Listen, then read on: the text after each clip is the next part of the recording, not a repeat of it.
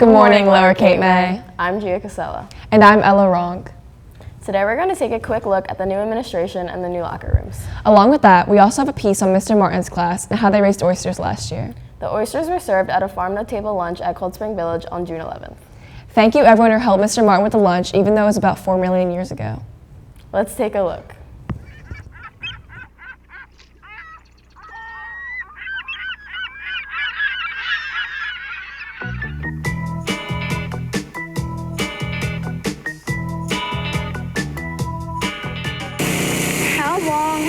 How long have you been working with this crop of oysters? Sure, we pretty much set our first, real seed out here in the fall of 15. So we're coming up on about a year and a half, and that is the bigger seed. We got a kind of variety of seed from the Aquaculture Innovation Center, which is right by the canal, so in Lower Township. It's another Rutgers property, part of the Haskins lab. Are you out here in the wintertime? Not much. The dead of winter, if you see these sloughs, even at a really low tide, they tend to stay wet. And what happens is, people have been growing oysters out here for about 20 years.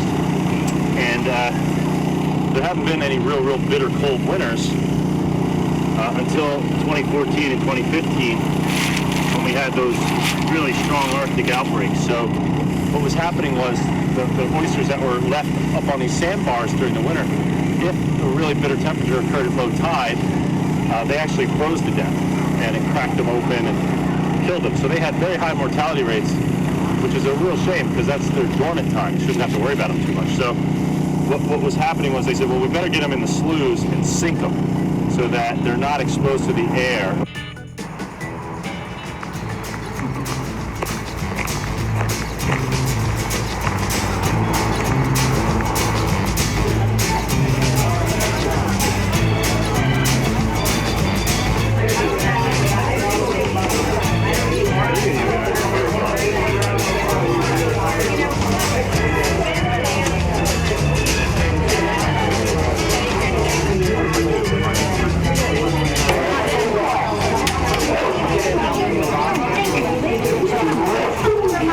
The other day, they were in the bay, now they're on the table.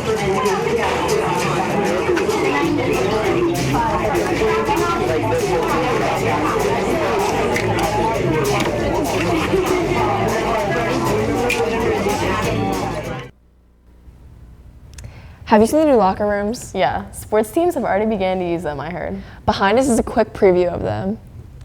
As you can see, the new locker rooms are more modern than the old ones. Yeah, definitely. I love the layout and the lockers look so nice. I can't wait till all the athletes get to use it throughout the year.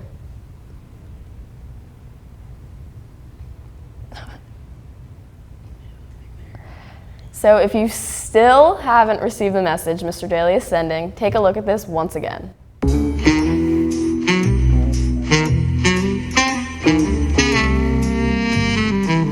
Mr. Daly? Yeah, Do you still need candy for the haunted high school? absolutely. We need lots more. Okay.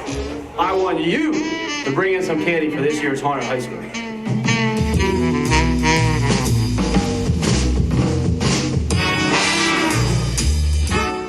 Make him a happy vice principal and bring that candy in.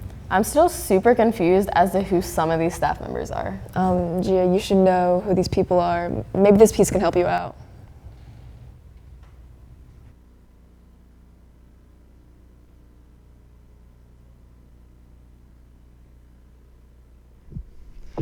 Hi, I'm Cade Bonner here with Mr. Palumbo, the new Vice Principal of Lower Cape May. How are you doing, Mr. Palumbo? Doing terrific, thanks. I'm going to start out with a few questions. Where'd you graduate from high school? I went to Holy Spirit High School in Absecon, New Jersey. The Spartans, boo. All right, then where did you graduate college? I went to the College of New Jersey in Ewing, New Jersey. I see you're a big Razorbacks fan. Why is that?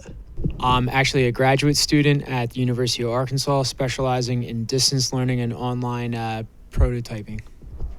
What'd you do before you were in the LCMR district?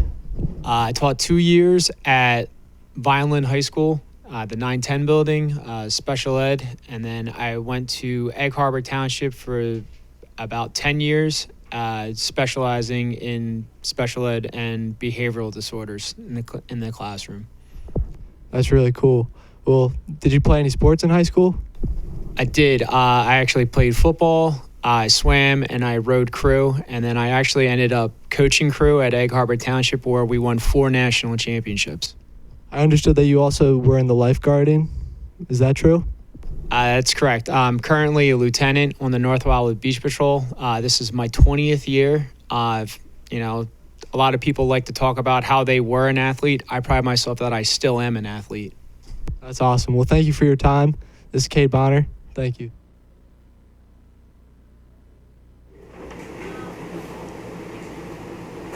What is it like to transfer high school kids from middle school? High school from middle school. It's not a whole lot different. I mean, I have an advantage that all the kids in high school I know from Titleman, being over there for the last 6 years. So I pretty much know everybody here and have some sort of relationship with the kids. So that's definitely an advantage. Okay. And why did you decide to become an athletic director? I heard you were from RMT.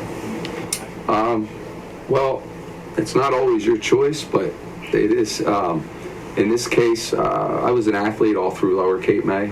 I also was an athlete, varsity athlete through college, and competed in the NCAA national championships. And after college, became a coach. I was a head coach at Titleman, and I was a head coach here at the high school. So athletics have been part of my life forever, and I still compete in triathlons and bike races and things. So it's just something that I've always done. I've always been interested in. It's been a part of my life. All right. What do you think will be the most challenging part of being the new athletic director? I think the most challenging part is just making sure everybody gets treated equally. We have a lot of sports, making sure that no specific sport is favored over any other sport, making sure everybody gets what they need, regardless of what sport it is, or whether it's a girl's sport or a boy's sport, or what season it is. So I think just being fair to everybody and making sure everybody gets what they need to be successful, because that's our ultimate goal.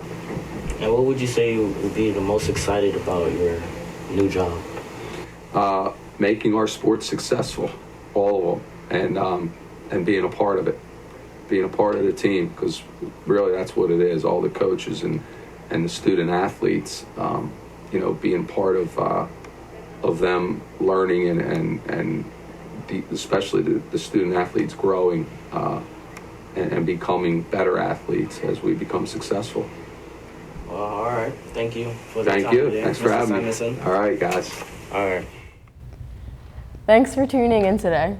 Have a great day, Lower Cape May.